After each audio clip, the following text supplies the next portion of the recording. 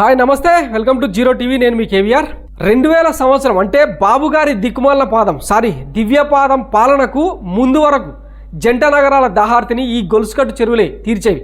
మొత్తంగా 4,500 పైగా చెరువులు కుంటలతో కలకలలాడింది ఈ నగరం. మరి ఇప్పుడు ఆ చెరువులన్నీ ఏమైపోయినాయి, ఎందుకీ మునక? రేవంత్ రెడ్డి మాటల్లో చెప్పాలంటే అమ్మలాంటి కమ్మలే ఈ నగరాన్ని కమ్మేయడమే హైదరాబాద్ ముంపుకు పునాది. నీకెప్పుడు కమ్మోలంటే సీదరా, అందుకే వాళ్ళ మీద బటగాల్చి మీదేస్తుంటావని అనుకుంటారేమో తప్పులేదు, కానీ అదే నిజం. 1983లో ఎప్పుడైతే ఎన్టీఆర్ రూపంలో కమ్మ పాలన మొదలైందో కోస్తా ప్రాంతం నుంచి వలసలు 100,000 రెట్లు పెరిగినాయి. అందులో కమ్మోళ్ళ సంగతి తెలిసిందే కదా. ఎక్కడైతే నదులు నీళ్లు వాటర్ బాడీస్ ఉంటాయో అక్కడ తిష్టవేసి దోచుకుంటారని, భూములన్నీ గుంజుకుంటారని తెలుసు కదా.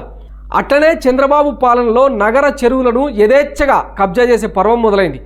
ఇప్పటి నిజాంపేట్, మదీనాగూడ, దీప్తి శ్రీనగర్, మియాపూర్, కూకట్పల్లి, ప్రగతి నగర్, సైబర్ సిటీకి అటుపక్క మంచిరేవుల, మాదాపూర్, కొండాపూర్ లాంటి ప్రాంతాలన్నీ ఒకప్పుడు గొలుసుకట్టు చెరువులతో వర్ధిల్లేవి. 2000 సంవత్సరానికి ముందు వరకు కూడా ఈ సిటీ బాగానే ఉంది.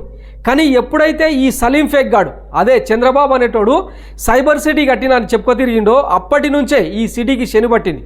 మాదాపూర్, కొండాపూర్ గుట్టల్ని కొట్టేసి దుర్గం చెరువు చుట్టుపక్కల ప్రాంతాలన్నింటినీ కబ్జా పెట్టి జయబేరి లాంటి సంస్థలకు కట్టబెట్టిన కథలన్నీ తెలుగు ప్రజలకు తెలిసిందే కదా.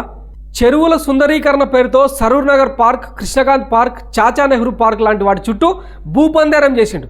అది చాలదన్నట్టు 2003లో ఆఫ్రో ఏషియన్ గేమ్స్ నిర్వహించి గచ్చిబౌలి స్టేడియం, సరూర్ నగర్ స్టేడియం, యూసఫ్గూడ కోట్ల విజయభాస్కర్ రెడ్డి స్టేడియంలను కట్టి సిటీ నలుమూలల భూముల ధరలను అమాంతం పెంచి తన సామాజిక వర్గానికి దోచిపెట్టిండు.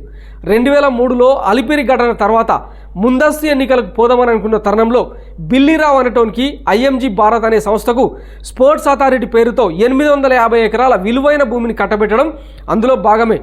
దాని ప్రస్తుత విలువ 1,00,000 కోట్లకు పైనే. అదే బిల్లీరావుకు కట్టబెట్టిన భూమిని వెనక్కి తీసుకుంటూ వైఎస్ ప్రభుత్వం అసెంబ్లీలో తీర్మానం చేసింది. దానిపై కోర్టులో కేసు కూడా ఫైల్ చేసింది.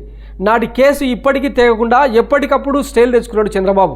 మొన్న ఆంధ్ర ఎన్నికలకు ముందు తెలంగాణ హైకోర్టు ఈ కేసును సిబిఐకి అప్పగిస్తారా లేక మేమే ఆదేశించాలని మొట్టికాయలేసేదాకా తెలంగాణ పాలకులు సోయి రాలేదంటే చంద్రబాబు ఖతర్నాక్ కన్నింగ్ నిర్ణయాలు ఎట్లుంటాయో ఊహించుకోండి. దానికి తోడు తన హయాంలో చెరువుల FTL కుదించి యథేచ్ఛగా రియల్ ఎస్టేట్ వ్యాపారం చేసిండు. 1950 నాటి నక్షలను తీస్తే తెలుస్తుంది. అలాగే దుర్గం చెరువు, పేరం చెరువు, ఆఖరికి జీవో నంబర్ 111కు తూట్లు పడుస్తూ 11,000 ఎకరాలకు పైగా విస్తీర్ణం ఉండే జంట జలాశయాలు ఉస్మాన్ సాగర్, హిమాయత్ సాగర్లను చెరబట్టింది చంద్రబాబు సామాజిక వర్గమే. నిజానికి ఈ దోపిడీకి బాటలేసింది ఎన్టీఆర్. మీరు నమ్మినా నమ్మకపోయినా అదే నిజం. మునసబులు, కర్ణాల వ్యవస్థను రద్దు చేసి దాని స్థానంలో మండలాల వ్యవస్థను తీసుకొచ్చిన ఆ ముసలోడు మండలాధీశుడు అయిపోయింది. కానీ ఆ మునసబులు, కర్ణాల వ్యవస్థను రద్దు చేయడంతోనే ఈ కబ్జాలకు కేంద్ర బిందువు అయింది. డీటెయిల్గా మరో స్టోరీతో మీ ముందుకు వస్తా. అంతవరకు keep watching zero TV. Please like, share and subscribe zero TV. Thank you.